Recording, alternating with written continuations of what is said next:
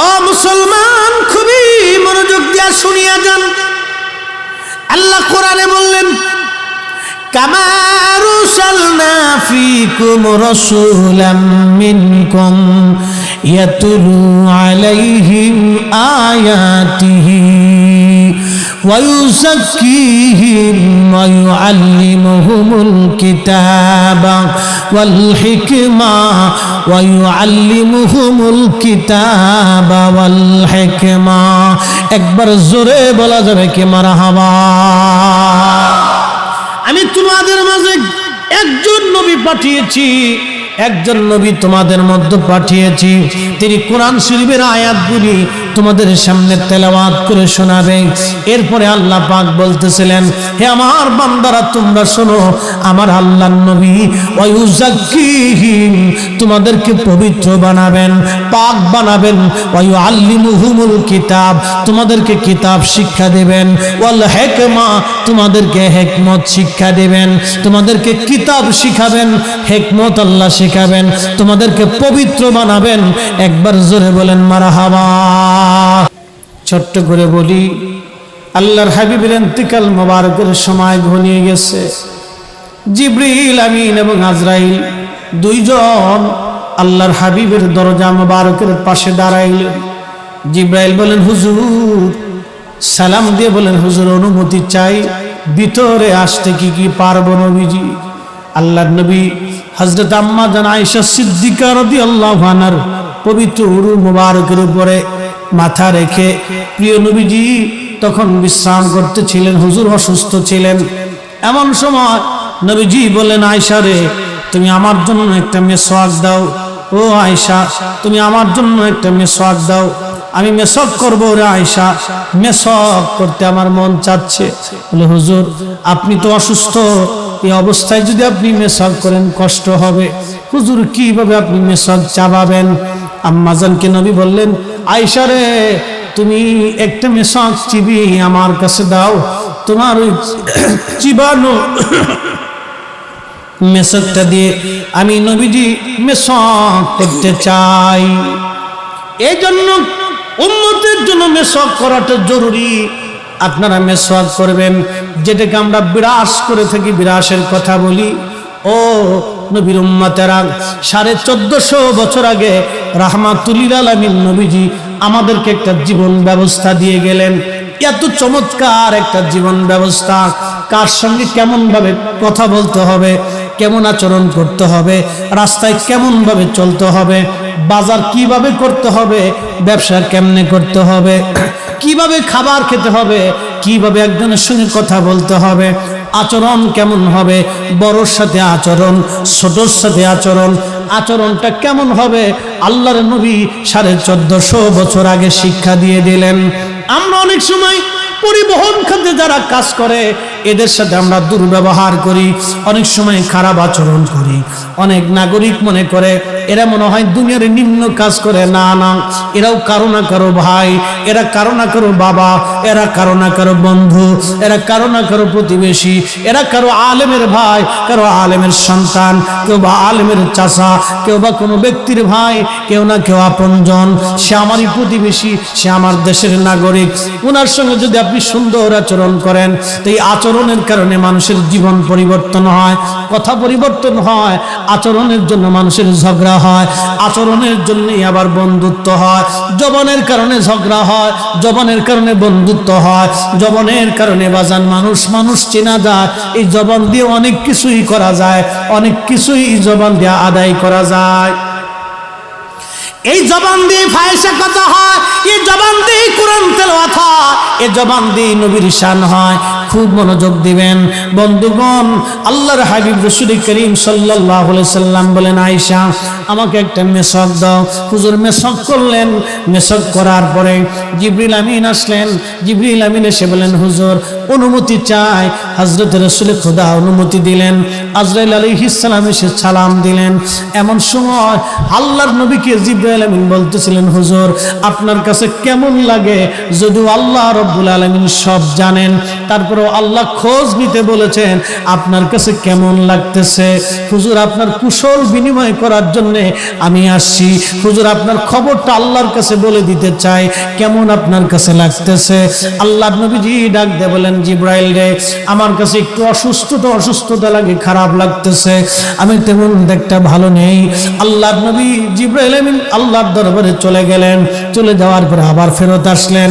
ফেরত আসার পরে আজরাইল আমিন এসে বললেন, ইয়া নবী আল্লাহ, আপনি যদি অনুমতি দেন তাহলে আপনার জান আমি কবজ করব, আর যদি অনুমতি না দেন, যতদিন পর্যন্ত আপনার থাকতে মন চায় ততদিন পর্যন্ত আপনি দুনিয়ার মধ্যে থাকবেন। হুজুর আপনার ইচ্ছা অনুযায়ী হায়াত হবে। আগে পৃথিবীতে কারো জন্য এরকম সুপ্রিম পাওয়ার ছিল না। আপনি নবীর আগে কারো নাই, আপনি নবীর পরে কারো নাই, আপনি নবীর কাছে একমাত্র অনুমতি নেওয়ার জন্য আল্লাহ আমাকে বলেছেন, হুজুর আপনি যদি বলেন জান কবজ হবে, আর আপনি যদি না বলেন আপনাকে রেখে চলে যাব। যতদিন ইচ্ছা আপনি দুনিয়ার মধ্যে আপনি নবী থাকবেন। একবার আওয়াজ তুলে বলা যাবে কি সুবহানাল্লাহ। এই সুপ্রিম পাওয়ার পৃথিবীতে আর কারো হবে না, আমার নবীকে দেওয়া হয়েছিল। আল্লাহর নবী ডাক দিলেন, জিব্রাইল এই হুকুম কি আল্লাহ দিয়েছে? জিব্রাইল বলেন, হ্যাঁ ইয়া রাসূলুল্লাহ, এই হুকুম জিব্রাইলকে আল্লাহ পাক দিয়েছে। হুজুর আপনি যদি থাকতে চান, আপনার ইচ্ছা অনুযায়ী উম্মতের মাঝে আপনি থাকবেন। আপনি যদি চলে যেতে চান তাহলে আপনি চলে যেতে পারেন। তবে হুজুর আল্লাহ পাক আপনার দিদারে আগ্রহী হয়ে আছে, আল্লাহ আপনার দিদারে আগ্রহী হয়ে আছে, আল্লাহ আপনার আশায় আগ্রহী হয়ে আছে। ঠিক এই সময় নবীজি কেঁদে ফেললেন, জিব্রাইল আমার মাসুক, আমার মালিক, আমার রব, আমার আল্লাহ আমার আগ্রহী হয়ে আছে রে জিব্রাইল, আর দেরি না, তুমি আমাকে নিয়ে চলো, এই পৃথিবীতে আর আমি থাকবো না, আমি চলে যাব। এমন সময় আজরাইল আলাইহিস সালাম আল্লাহর হাবিবের বক্ষ বরাবর হাত রাখলেন জান কবজ করার জন্য। বক্ষ মোবারকে হাত রাখার পরে নবীজি কেঁদে উঠলেন, আজরাইল রে, জান কবজ করা এত কষ্ট আগে জানতাম না। আজরাইল আমাকে একটু আসানের সাথে তুমি জান কবজ করো। আজরাইল বললেন, হুজুর আসমানের নিচে জমিনের উপরে আপনার চাইতে সহজভাবে জান আমি কারো কবজ করি নাই। আল্লাহ আমার উপরে করা নির্দেশ, আমার হাবিবের জান কবজ হবে সবচেয়ে বড় আসানে। হুজুর আমি যদি আপনাকে আসানে জান কবজ না করি, নবী গো আল্লাহর লানত আমি ধ্বংস হয়ে যাব। ইয়া নবী আল্লাহ, আমি সেই ভয়ে আপনাকে আসানের সাথে জান কবজ করতেছি। হুজুর গো আপনি নবীর আগে এবং পরে এত আসানে কারো জান কবজ হয় নাই, হবে না। আল্লাহর নবী ডেকে বলে, আজরাইল জান কবজ এত কঠিন, এত কঠিন, আমার কাছে কষ্ট হয়। একটা অনুরোধ তোমার কাছে করে যাই আজরাইল, আমার উম্মতের জান কবজটা তুমি সহজে কইরো। আমার উম্মত গুনাহগার, আমার উম্মত পাপী, আমার উম্মত গুনাহগার, আমার উম্মতের জান তো তুমি আসানের সাথে কইরো। আমরা যে তার আদরের উম্মত, কয়দিন কেন্দেছি। রসুল আমার আল্লাহর হাবিব, আখেরি নবী,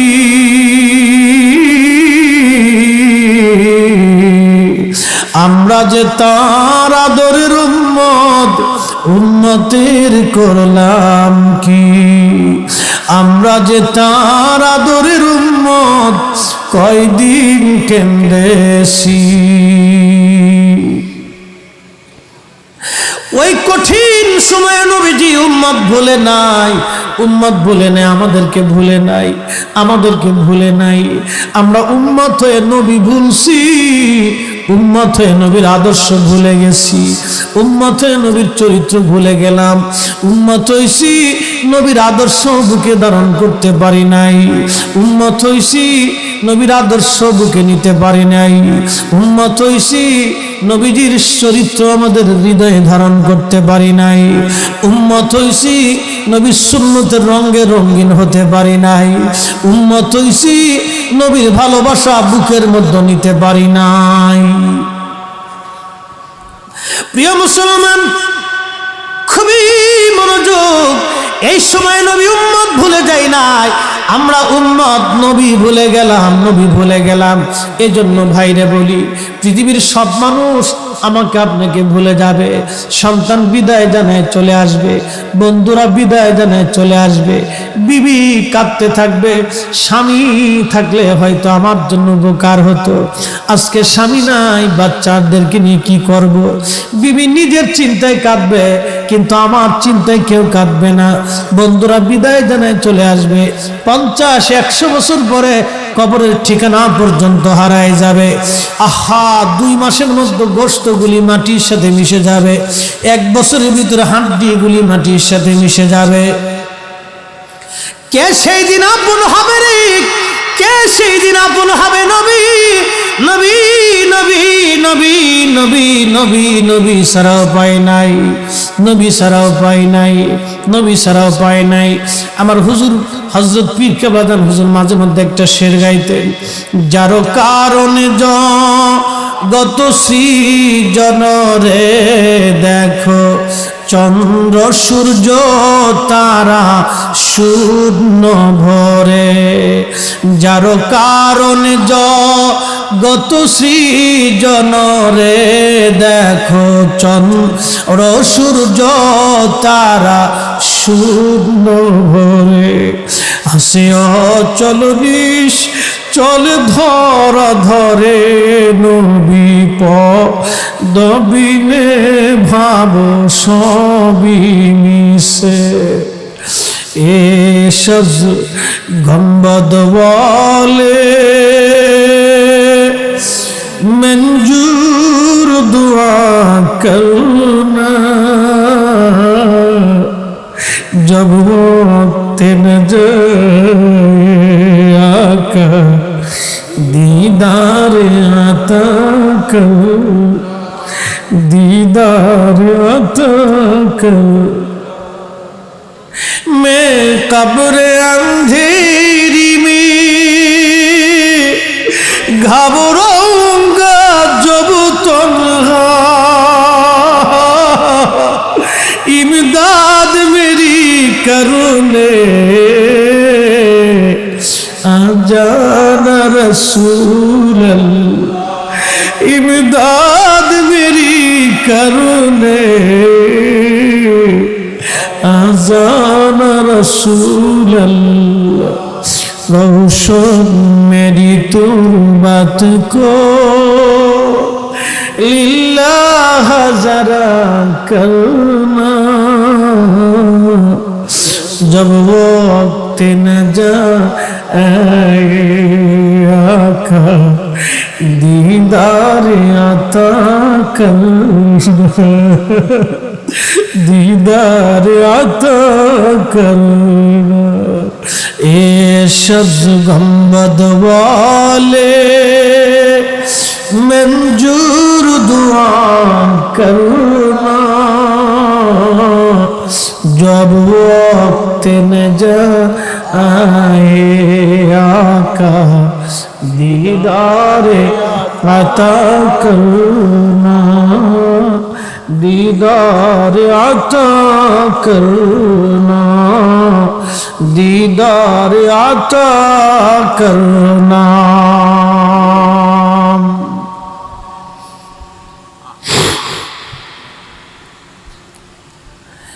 বন্ধু, হাবিবের মহব্বতই বড় জিনিস। আহা, সাহাবীরা জীবনের সব কিছু উজাড় করে দিয়ে নবীকে ভালোবেসে, নবীকে ভালোবেসে সাহাবীরা ঘুমিয়ে গেছে। হযরত হানজালাকে জিজ্ঞেস করা হলো, হানজালার বিবি জিজ্ঞেস করলো স্বামীরে, গোসল ফরজ, গোসল বাদ দিয়ে আপনি কোথায় যেতে চান, তলোয়ার কেন চান? হানজালা জবাব দিল, বিবিরে শুনছি কে জানি মদিনার রাস্তা দিয়ে বলে যায় নবী নাকি উহুদে শহীদ হয়ে গেছে। নবী নাই, আমার বেঁচে থেকে লাভ কি? নবী নাই, জীবন গড়ে লাভ কি? নবী নাই, সংসার করে লাভ কি? বুঝতেই তো পারছেন একজন সাহাবীর কলিজার ভিতরে নবীর প্রেম কি জিনিস। বিবিরে নবী নাই বেঁচে দিকে লাভ কি, নবী নাই জীবন করে লাভ কি, নবী নাই সংসার করে লাভ কি। বিবিরে বিদায় দাও, কোনদিন আর দেখা হবে না গো, ক্ষমা করে দিও, হক আদায় করতে পারি নাই, মাফ করে দিও, দুনিয়াতে আর দেখা হবে না, মেহশরের দিনে দেখা হবে রে বিবি। নবীর মোহাব্বত নিয়ে সাহাবী উহুদের ময়দানে চলে আসলেন দৌড়াইয়া। মদিনাতুল মুনাওয়ারা থেকে উহুদের পাহাড় দেখা যায়। দৌড়ায় আসতে মাত্র 20 মিনিট সময়ের দরকার ছিল। গোসল করে আসতে পারতেন হানজালা। গোসল সেরে হযরত হানজালা চলে আসলেন উহুদের ময়দানে। লড়াই করে করে শহীদ হয়ে ঘুমিয়ে গেলেন ময়দানে। সারা মদিনায় সংবাদ হয়েছে হানজালা শহীদ হয়ে গেছে। হানজালার বিবি দৌড়ায় আসছে, উহুদের ময়দানে এসে দেখে নবীজি বসে বসে কাঁদতেছিলেন। সালাম দিয়ে বলেন, হুজুর সবার লাশ বিনা গোসলে দাফন দিয়েন, কিন্তু আপনার হানজালার লাশ গোসল ছাড়া দিবেন না নবী, আপনার হানজালা নাপাক। কেন রে হানজালার বিবি, কি জন্য হানজালা তোমাদের না কাল বিয়ে হয়েছে? হানজালা কোথায়? বলে হুজুর কে জানি মদিনায় সংবাদ দিয়েছে আপনি নাকি উহুদের শহীদ। এই কথা শোনার পরে আপনার হানজালা তলোয়ার হাতে নিয়ে বিনা গোসলে সব কিছু ফেলে দিয়ে এই ময়দানে আজকে এসে ঘুমায় গেছে। হুজুর সবার লাশ বিনা গোসলে দাফন দিবেন, আপনার হানজালার লাশ গোসল সারা দিবেন না গো নবীজি। আল্লাহর নবী ডাক দিয়ে বলেন, সাহাবীরা তাকায় দেখো রে আমার হানজালার লাশ কোথায়? সারা উহুদে তন্ন তন্ন করে খুঁজে দেখা হয়, হানজালার লাশ খুঁজে পাওয়া যায় না। জিবরাইল আমিন এসে বলেন, হুজুর হানজালার লাশ নিয়ে চিন্তা করবেন না, আসমান জগতে রহমতের ফেরেশতারা আপনার হানজালাকে নিয়ে হাউজে কাউসারের পানি দিয়ে গোসল দেওয়া পবিত্র বানাইয়া দুনিয়াতে পাঠাইতেছে।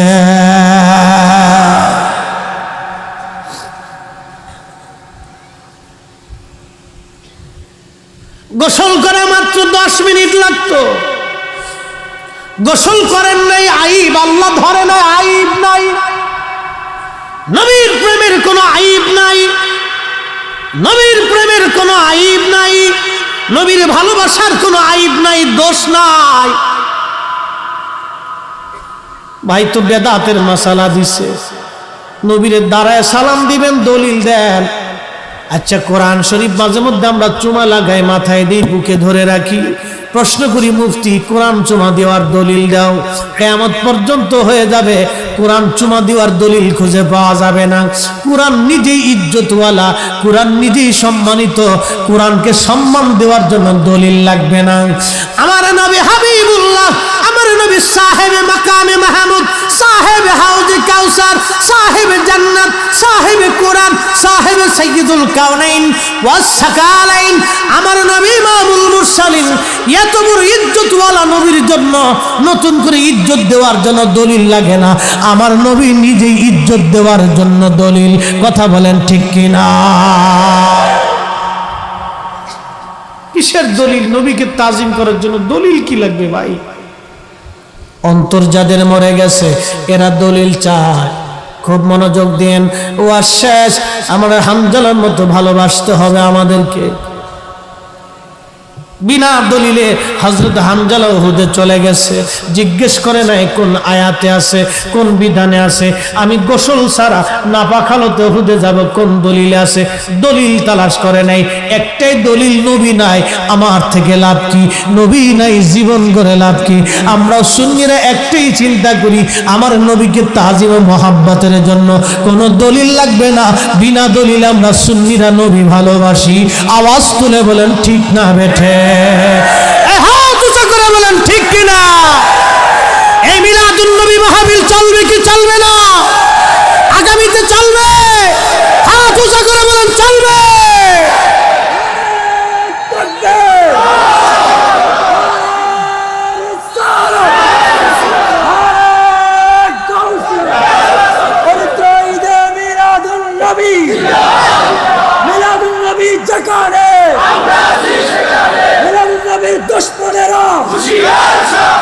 হুশিয়ার সাবধান আহলে সুন্নাত ওয়াল জামাত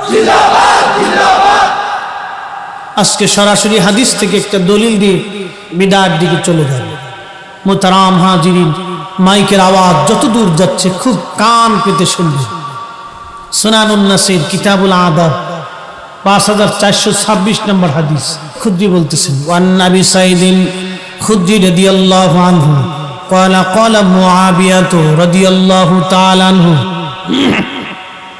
হযরত আবু সাইদ খুদ্রি বলেন, আমি হাদিস শুনেছি হযরত আমির মুআবিয়া রাদিয়াল্লাহু আনহু থেকে।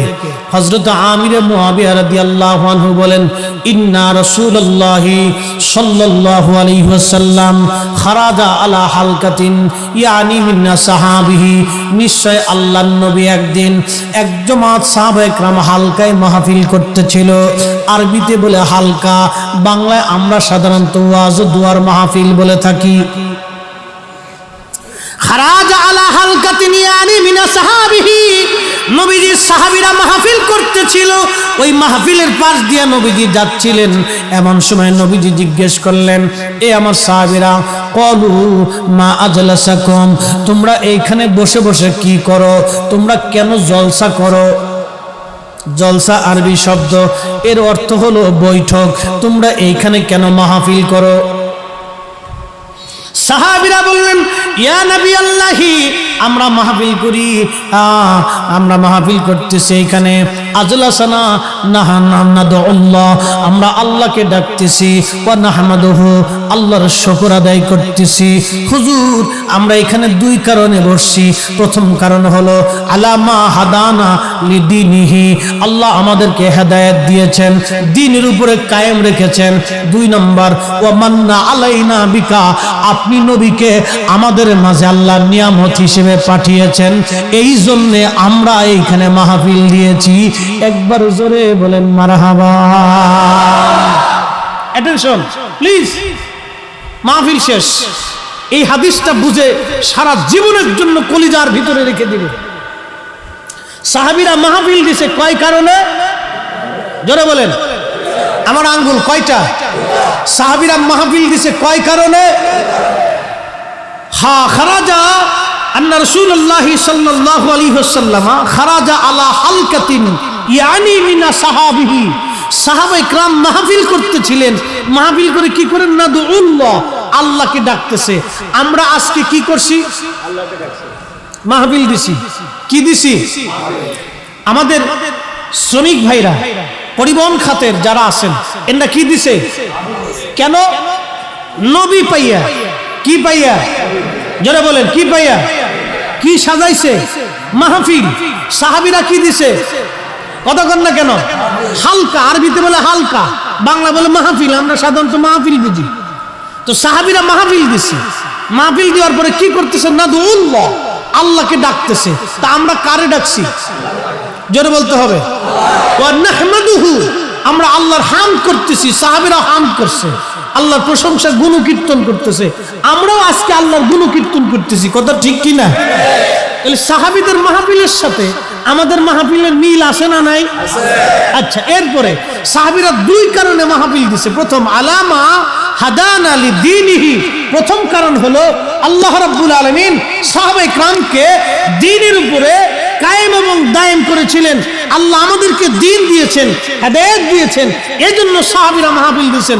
দুই নম্বর কারণ হলো ওয়া মান্না আলাইনা বিকা, আল্লাহ তার রাসূলকে আমাদের মাঝে নিয়ামত হিসেবে পাঠাইছেন। সাহাবীরা বলতেছে, হুজুর, দুই নম্বর কারণ হলো ওয়া মান্না আলাইনা বিকা, আপনি নবীকে আমাদের মাঝে আল্লাহ নিয়ামত হিসেবে পাঠিয়েছেন। ওই নিয়ামতের জন্য, ওই নবী নামক নিয়ামত পাইয়া আমরা সাহাবীরা মাহফিল দিছি, আল্লাহরে ডাকতেছি, আল্লাহর হাম গুণকীর্তন আমরা করতেছি। তা আমরা সুন্নিরা পবিত্র ঈদে মিলাদুন নবী, মিলাদুন নবী মানে নবীর আগমন, নবীজির তশরিফ, হুজুরে কারীম ওই দিন তশরিফ নিয়েছিলেন, আগমন করেছিলেন সশরীরে মানুষ রূপে। এজন্য এটাকে মিলাদুন নবী বলা হয়। ঈদে মিলাদুন নবী মানে নবীজির আগমনে খুশি হইয়া আমার পরিবহন শ্রমিক ভাইরা সম্মিলিতভাবে উলামায়ে কেরামদেরকে নিয়া নেতৃস্থানীয় ব্যক্তিবর্গদেরকে নিয়া ওই সাহাবীরা ওই দিন যেরকম মান্না আলাইনা বিকা নবী পাওয়ার কারণে মাহফিল দিয়েছিল, আমার এই পরিবহনের ভাইরাও নবী পাওয়ার কারণে আজকে মাহফিল সাজাইছে। কথা বলেন ঠিক না বেঠে? সাহাবীদের নিয়তের সাথে আমরার নিয়তের মিল আছে না নাই? সাহাবীদের মাহফিলের সাথে আমরার মাহফিলের মিল আছে না নাই? যদি মিল হয় তাহলে বেদাত না ইবাদত? বেদাত না ইবাদত? বেদাত না ইবাদত? এরপরে নবীজি জিজ্ঞেস করলেন, সাহাবীরা তোমরা কসম করো, তোমরা কসম করো যে তোমরা এই কারণেই বসছো। সাহাবীরা বললেন, ওয়াল্লাহু মা আজলাসানা ইল্লা যালিক। হুজুর, আল্লাহি, আল্লাহর কসম করে বলতেছি আমরা সাহাবীরা শুধু এই কারণেই বলছি। তার মানে সাহাবীরা দুই কারণে মাহফিল দিত, একটা কারণ নবী পাইয়া আর একটা কারণ হেদায়েত পাইয়া। আমরা সুন্নিরা মাহফিল নবী পাইয়াও দেই, হেদায়েত পেয়েও দেই। আমরা ওয়াজ দুয়ার মাহফিলও দেই, মিলাদুন নবী মাহফিলও দেই, নবী পাইয়াও দেই, সারা বছর ওয়াজ দুয়ার মাহফিলও দেই। কি কথা কন না কেন, দেন না? তাহলে আমরা সাহাবীদের সাথে মিল আছে না নাই? বেদাত না ইবাদত? বেদাত না ইবাদত? এরপরে আল্লাহ নবী বলতেছেন তোমরা কসম করো। সাহাবীরা কসম করলো। প্রিয় নবী আমার দিকে বললেন, সাহাবীরা রে, কসম করাইছি এই জন্য যে তোমাদেরকে তহমত দেওয়ার জন্য না, তোমরা মিথ্যা বলতেছো সেই জন্য না রে সাহাবীরা, কসম করাইলাম এই জন্য। সাহাবীরা রে, আতানি জিবরিল আলাইহিস সালাতু ওয়াসসালাম ফাখবারানি।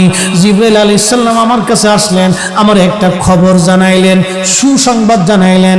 সুসংবাদ হলো ইউবাহিকুমুল মালায়েকা, আল্লাহ রাব্বুল আলামিন তোমাদেরকে নিয়ে আসমান জগতে, তোমাদেরকে নিয়ে আসমান জগতে ফেরেশতাদের সামনে এই মাহফিল নিয়ে আল্লাহ গর্ব করতেছে, ফখর করতেছে, অহংকার করতেছে।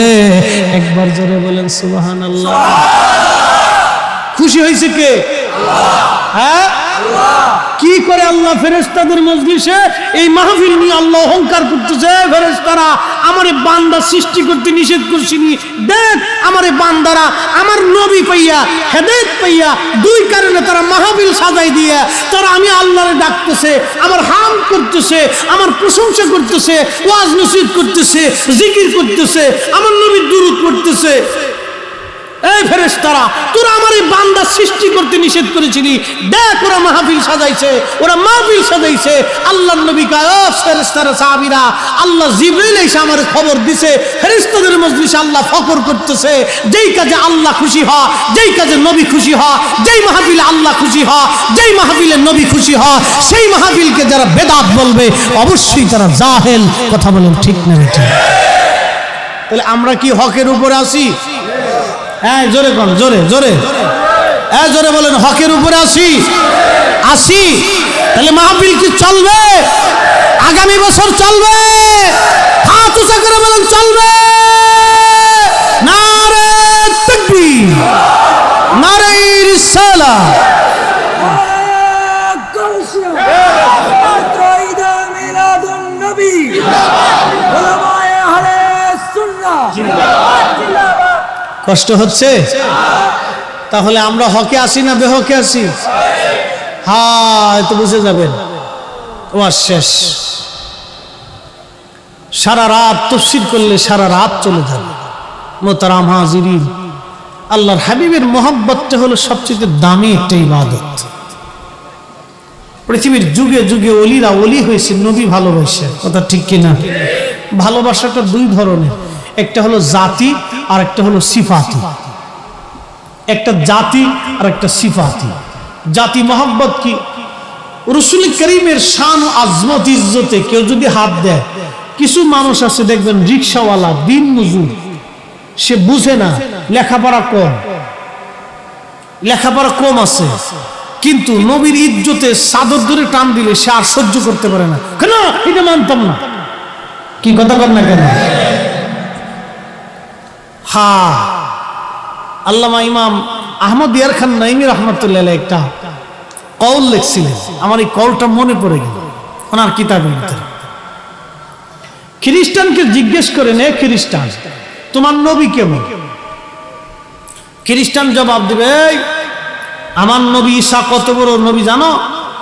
আমার নবীর একটা মুজিজা ছিল, সে কবরের পাশে দাঁড়ায় যদি বলতো কুম বিসমিল্লাহ, হে মরা জিন্দা হয়ে যাও, 1000 বছরের আগের মরা কবরের ভিতর থেকে জিন্দা হয়ে লাফ দিয়ে দাঁড়ায় গেছে। ইহুদিকে যদি জিজ্ঞেস করেন, ইহুদি তোমার নবী কেমন বলো, তো ইহুদি জবাব দিবে, শুনছ আমার নবী মুসা কত বড় পাওয়ার আলা নবী জানো? আমার নবী আল্লাহর সাথে কালাম করত, হাতে একটা লাঠি ছিল, সাইডে দিলে বিরাট বড় সাপ হয়ে যেত, নদীর মধ্যে বাড়ি দিলে রাস্তা হয়ে যেত, পাথরের মধ্যে বাড়ি দিলে ঝর্ণার সৃষ্টি হতো। জানো আমার নবী কত বড় নবী?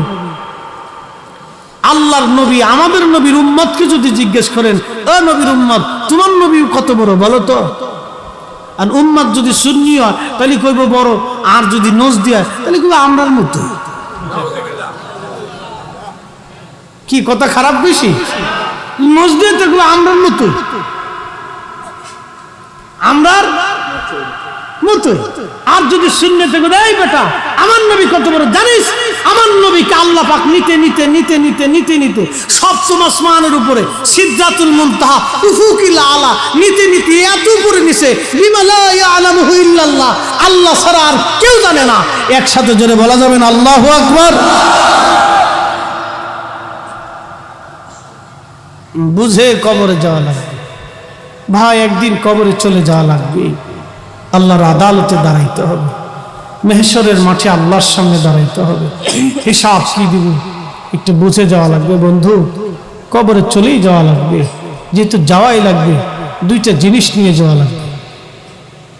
আল্লাহ বলেন, ইন্নাল্লাযীনা আমানু ওয়া আমিলুস সালিহাতি উলাইকা হুম খায়রুল বারিয়া। ইন্নাল্লাযীনা আমানু, নিশ্চয় যারা ঈমান আনছে, ওয়া আমিলুস সালিহাতি উলাইকা হুম খায়রুল বারিয়া, এবং ঈমান অনুযায়ী যারা নেক আমল করেছে, ভালো কাজ করেছে, ভালো আমল, ভালো আমল, ভালো কাজ, ভালো কাজ, ভালো কাজ, সারা জীবন ভালো কাজ করে যাবেন, ভালো কাজ। খালি টুপি মাথায় দিয়ে রাস্তায় ঘোরার নামই ভালো কাজ না, টুপি মাথায় দিয়ে রাস্তায় ঘোরার নামই ভালো কাজ না। আমার নবীর শত্রু ছিল একজন, এই বুড়ি সারা জীবন নবীরে গাল গালাইছে। বুড়ি একদিন রাস্তা দিয়ে বড় গাড়টি নিয়ে হেঁটে যাচ্ছে, চিন্তা করলো মোহাম্মদ যেই দেশে আছে সেই দেশে আর থাকবো না। আল্লাহর নবী সামনে পড়ে গেলেন, বুড়ি গাইলেইতেছে, এদেশে মোহাম্মদ আইছে, মোহাম্মদের জ্বালায় শান্তি নাই, চলে যাবো, এদেশে আর থাকবো না। আল্লাহর নবী ডাক দেয় বলেন, বুড়ি মা বুঝছি তো তোমার বিরাট বড় যন্ত্রণা, তাহলে একটা কাজ করো বুড়ি মা, তোমার ওই গাড়টিটা আমার মাথায় দাও, আমি তোমরা আগায় দিয়ে আসি। আল্লাহর নবী বুড়ির গাড়টি মাথায় নিলেন, বুড়ি গাল ফাটতেছে, আমার নবী শুনতেছে। একবার জোরে বলা যাবে কি মারহাবা? তিনার নাম নবী। শত্রু গাইলে শত্রুর বুকসা নবীজি মাথায় নিয়ে হাঁটতেছে। যখন বাড়িতে গেলেন, বুকসা বাক্সি নামাইলেন, তখন বুড়ি ডাক দেখায়, রে যুবক কে তুমি? আমার গাড়টি বুকসা নিয়ে আমার বিরাট বড় উপকার করলাম এই বৃদ্ধ বয়সে। আল্লাহর নবী ডাক দিয়ে বলেন, বুড়িমা আমার পরিচয়টা কি তোমার দেওয়াই দরকার? বলে, হ্যাঁ। কে গো তুমি? তোমার পরিচয় না দিলে কেমন হয়? এত বড় উপকার করলা। নবী আমার মুস্কি হাসি দেয়া বলেন, বুড়ি এতক্ষণ তুমি যারে গাল পারছ, এতক্ষণ তুমি যারে মন্দ বলছো, আমি সেই নবী মুহাম্মদুর রাসূলুল্লাহ সাল্লাল্লাহু আলাইহি ওয়াসাল্লাম। একবার আওয়াজ তুলে বলা যাবে কি মারহাবা? এই চরিত্র যতদিন পর্যন্ত নিতে না পারবো, ততদিন পর্যন্ত আমরা মানুষ হতে পারবো না, ঠিক কিনা? মানুষ হতে হবে, মুসলমান হতে হবে, মুসলমান। আসলামতু লিরাব্বিল আলামিন। হে যুবক মুসলমান হও, হে যুবক মুসলমান হও, হে তরুণ মুসলমান হও। তোমার এই তজীবিত যৌবনকে তুমি রাসূলের সুন্নাহে কাটাও, তোমার এই জীবনকে তুমি নবীর রঙে রাঙাও। তোমার ভাষায়, তোমার কথায়, তোমার ব্যবহারে, তোমার আচরণে, তোমার চরিত্রে আমার দেশ সুন্দর হবে, আমার রাষ্ট্র সুন্দর হবে, আমার সমাজ সুন্দর হবে, আমার পরিবার সুন্দর হবে। তোমার কাছে আমার বোনের নিরাপত্তা থাকবে, তোমার কাছে আমার জীবনের নিরাপত্তা থাকবে, তোমার কাছে আমার সম্পদের নিরাপত্তা থাকতে হবে। কিন্তু মসজিদের জুতা চুরি বন্ধ হইল না। কই গে যায় যাম কোন দুঃখে? হ্যাঁ বলে আল্লাহ কি বলে, চিন্তা করেন তো, আল্লাহ রসুল বুড়ির মাথা বুকসা মাথায় করে আটতেছে, বুড়ি গাল পাড়তেছে, চুমুলা করে, মুহাম্মদের জ্বালা এই দেশে থাকতে বলো না, থাকবই না, সরিয়ে যাবো দেশ থেকে। নবী হাসি, আহা কি চরিত্র! এই জন্য আল্লাহ বলেছেন ওয়া ইন্নাকা লাআলা খুলুকিন আযীম। আযীম আযীম, আল্লাহর জবানের কুদরতি জবানের শব্দ আযীম। আপনি নবীর চরিত্রই মহান, না ছিল এই চরিত্রওয়ালা, না হয়েছে এই চরিত্রওয়ালা, না হবে এই চরিত্রওয়ালা। আমার দেশে বুকে হাত বেঁধে একদল নামাজ পড়ে, ওরা বলে নবী মুহাম্মদের জীবনে ভুল ছিল। হায়রে, নবী মুহাম্মদের জীবনে যদি ভুলই থাকে, তাহলে আল্লাহ কেন তার চরিত্রের বেলায় বললেন ওয়া ইন্না লাকা আলা খুলুকিন আযীম? আমার নবীর চরিত্র মহান মহান মহান মহান মহান। নবীর জীবনে কোনো ভুল নাই, কোনো চরিত্রের কোনো কালিমা নাই, কোনো কলঙ্ক নাই। যারা নবীর জীবনের ভুল ধরে, ওই হলো অরিজিনাল বেদাতি। কথা বলেন ঠিক না বেঠে? বুঝে নামাজ পড়ো, বুঝে দল করো, বুঝে মত করো। মরতে হবে, আল্লাহর আদালতে দাঁড়াইতে হবে, মেহেশরে আল্লাহর সামনে দাঁড়াইতে হবে। তুমি কি ভেবেছো শুধু আল্লাহর সামনে দাঁড়াবে, নবীর সামনে দাঁড়াবে না? আল্লাহ রসুলের আদালতে দাঁড়াইতে হবে, এত সহজ। আহা, রসুল করিমের সাহাবী হযরতে সালমান ফারসি রাদিয়াল্লাহু আনহু বৃদ্ধ হয়ে গেছে, 250 বছর হায়াত। সুবহানাল্লাহ বলা যাবে ভাই? কত বছর? 250 বছর হায়াত। 250 বছর হায়াত। মৃত্যুর সময় একটা লাঠি, একটা পানির পেয়ালা, একটা খাবারের পাত্র, একটা আবা, একটা পাগড়ি, একটা জুব্বা, বসে বসে কাঁদতেছে কাঁদতেছে। সাহাবা একরাম বললেন, হুজুর আপনি নবীজির বৃদ্ধ সাহাবী, অনেক লম্বা হায়াত পেয়েছেন, নবীজিও আপনাকে খুব ভালোবাসতেন, আপনি কাঁদতেছেন কেন? হযরত সালমান ফারসি বললেন, দেখো গো, আমার কত সম্পদ জমা হয়ে গেছে, এই সম্পদ নিয়ে আমার মাসুক, আমি আমার নবীর সামনে মেহেশরের মাঠে কেমনে দাঁড়াবো? হাই হাই, কলিজার ভিতরে কি চমৎকার ভয়, চিন্তা করতে পারছেন? আমি আমার মাসুকের জবান থেকে শুনেছি, দুনিয়ার থেকে যারা সম্পদ রেখে কবরে আসবে, তারা ওই সম্পদের হিসাব আল্লাহর আদালতে দিতে হবে। বলো, আমি আমার রসুলের কাছ থেকে শুনছি, মেহেশরের আদালতে আমি আমার নবীর সামনে কেমনে মুখ দেখাইবো? বলো, কত সম্পদ আমার জমা হয়ে গেছে। বলে, হুজুর আপনার কি আছে? বলে, একটা পাগড়ি আছে, জুব্বা আছে, একটা আবা আছে, একটা লাঠি আছে, একটা গিলাস আছে, আর একটা আমার বাসন আছে, কাঠের বাসন। বুঝেন তো এবার কি আছে? যা আমার দেশের একটা ভিক্ষুকের চেয়ে 3 গুণ আছে। একটা লাঠি, আর একটা গিলাস, আর একটা কাঠের গিলাস, আর একটা কাঠের বাসন, আর একটা জুব্বা, আর একটা মাত্র আবা, আর একটা মাত্র পাগড়ি। সালমান ফারসি কেঁদে বলে, সাহাবীরা রে, এত সম্পদ জমা হয়ে গেল, আমি এইগুলি নিয়ে আল্লাহ নবীর সামনে কেমনে দাঁড়াবো? আমার শরম করতেছে। তোমাদেরকে অনুরোধ করে যাই, আমার ইন্তেকালের পরে এই সম্পদগুলি তোমরা আল্লাহর রাস্তায় দান করে দেবা। কি ভয় ছিল, কিভাবে রসুলকে ভালোবাসছে, কি সম্পদ! একটা লাঠি, কাঠের একটা লাঠি, একটা কাঠের গিলাস বাসন, আর একটা কাঠের বাসন, একটা কাঠের পেয়ালা, আর একটা জুব্বা, আর একটা আবা। এই সম্পদের জন্য উনি থরথর করে কাঁপতেছে, আমি কেমনি আল্লাহ রসুলের সামনে দাঁড়াবো? এই চিন্তা যদি আমাদের মগজে আসে, আল্লাহর কসম আমি অনেক সময় ভাবি, তখন মুসলমানই হয়েছি নাকি? এই চিন্তা যখন মগজে আসে, তখন চিন্তা করি, হায় আফসোস, মুসলমানই হতে পারি নাই। কি মুসলমান ছিল তারা, কি মুসলমান ছিল! 250 বছর একজন সাহাবীর হায়াত, জীবনের কতটা বছর রসুলের দপ্তরে কাটিয়েছে, কতবার মসজিদে নববীতে সেজদার মধ্যে পড়ে কেঁদেছে, সেও পর্যন্ত এইভাবে থরথর করে কাঁপতেছে। তা আমাদের উপায়টা কি হবে? আমরা এখন অন্যের সম্পদ নিয়ে কারাকারি করার চিন্তা করি। আমরা এখনো শ্বশুর বাড়ির দিক তাকাই থাকি, শ্বশুর বাড়িতে কি দিবি? বউ পিটাই, বাপের বাড়িতে আনিস না কেন? ছাগলের 3 নম্বর বাচ্চা, এটা তো একটা ভিখারি। শ্বশুর বাড়ি থেকে কেউ কিছু আনার জন্য যে বউ পিটায়, এটা হলো একটা ভিখারি। কথা বলেন না কেন? একটা ভিখারি, লজ্জা করা উচিত। ও মানুষ হয়েছে কেন? শিয়াল কুত্তা হইলে বলে ভিখারি বাচ্চা, বউ পিটায় শ্বশুর বাড়ি থেকে মাল আনার জন্য। ও নবীর উম্মত, সতর্ক হওয়াটা আমাদের জন্য জরুরি। এই মাহফিল থেকে আমাদের শিখে যাওয়া লাগবে। যুবক বন্ধু, সারা জীবন মনে রাখতে হবে, নবীর চরিত্রে চরিত্রবান হওয়া লাগবে। নবীর চরিত্রে চরিত্রবান হওয়া লাগবে আমাদের।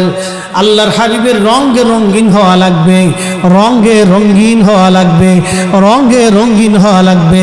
তবেই আমরা মানুষ হতে পারবো। কথা বলেন ঠিক কিনা? একজন সাহাবীর ছোট্ট জীবন থেকে একটা ঘটনা আপনাদেরকে শোনাই। কত বড় জাহিদ ছিলেন, কত বড় আবিদ ছিলেন, যে জীবনের শেষ সম্বলটুকু একবারে আল্লাহ রাস্তায় দিয়ে দিছে, যাও এগুলি নিয়ে আমি আল্লাহর আদালতে দাঁড়াবো, দিয়ে দিচ্ছেন। এই জন্য আমাদেরকে মানুষ হওয়া লাগবে। প্রিয় মুহতারাম, পৃথিবী থেকে আমাদেরকে কবরে চলে যাওয়া লাগবে আজ অথবা কাল। জিন্দেগি তোর যায় রে ফাঁকি দিয়া রে সোনার জিন্দেগি তোর যায় ফাঁকি দিয়া। ও আদামরি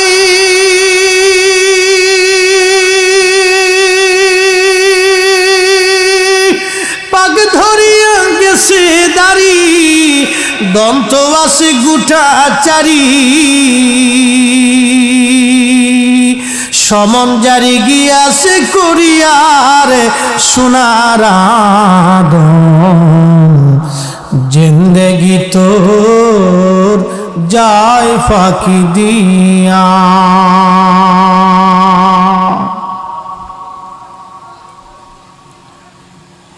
একদিন মাটির ভিতরে হবে ঘরে মন আমার, কেন বাঁধো দালান ঘর মন আমার, কেন বাঁধো দালান ঘর।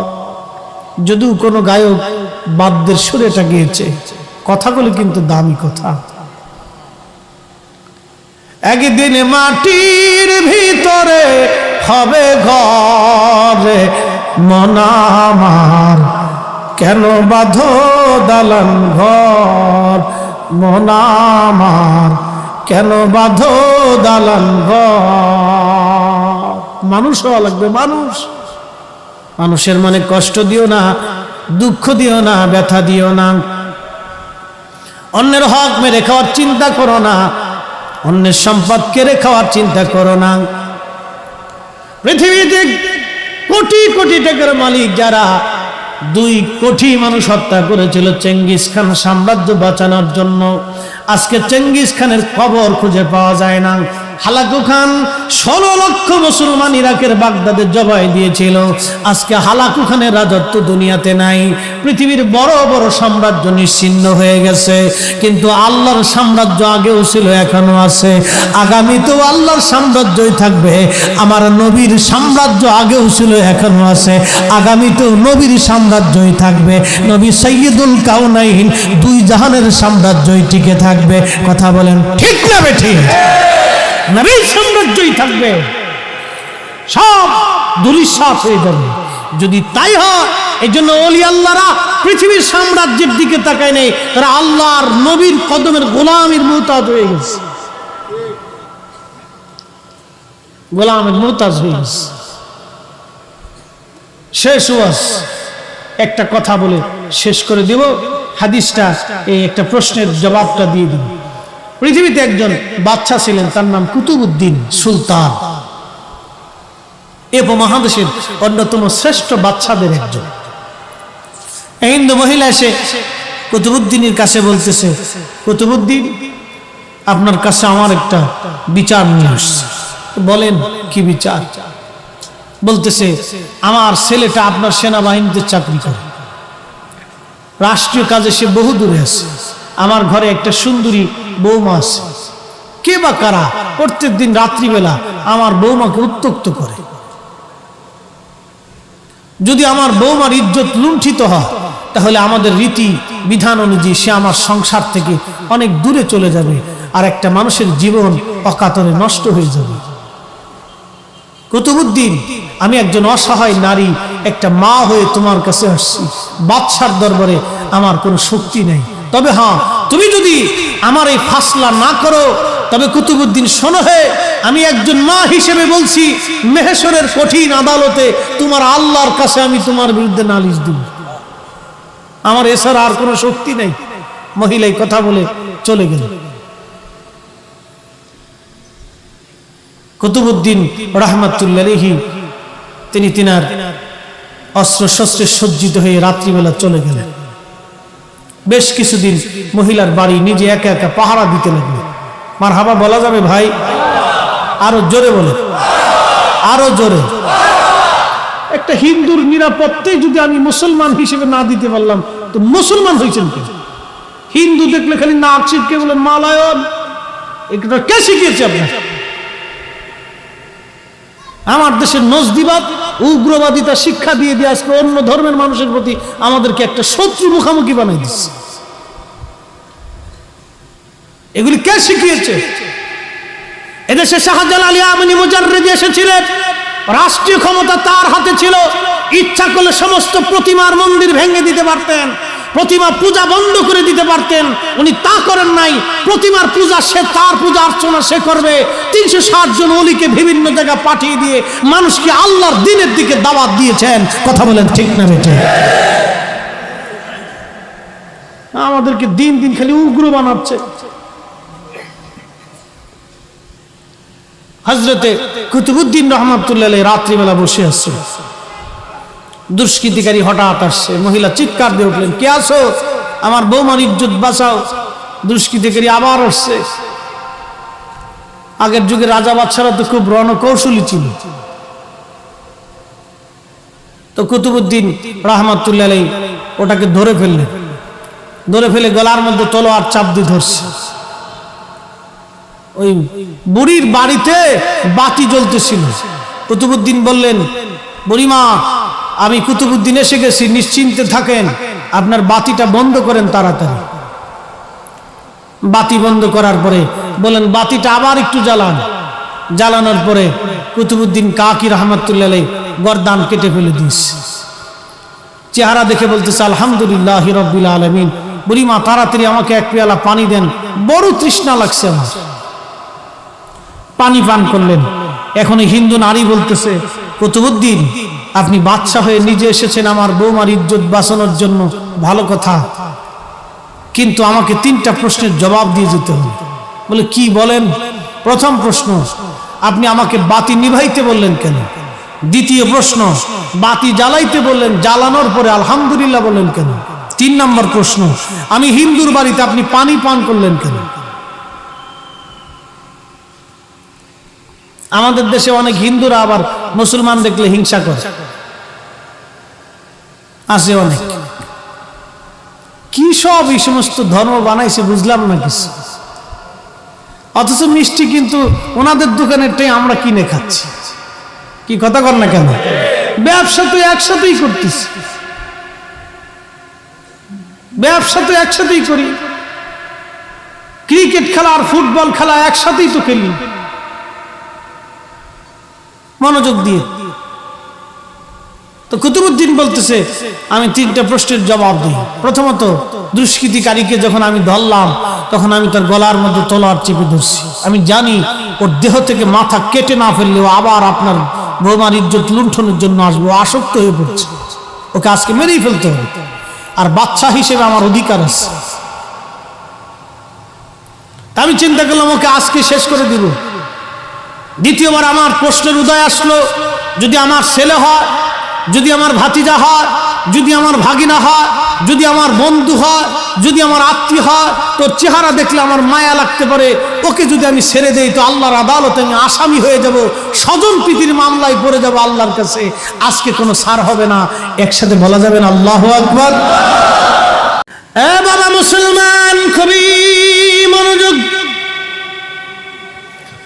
পরিবহনের ভাইরা, এই মাহফিলটা তারা সাজিয়েছেন, উদ্দেশ্য হলো নবীজির আগমনে খুশির উপলক্ষে মাহফিল।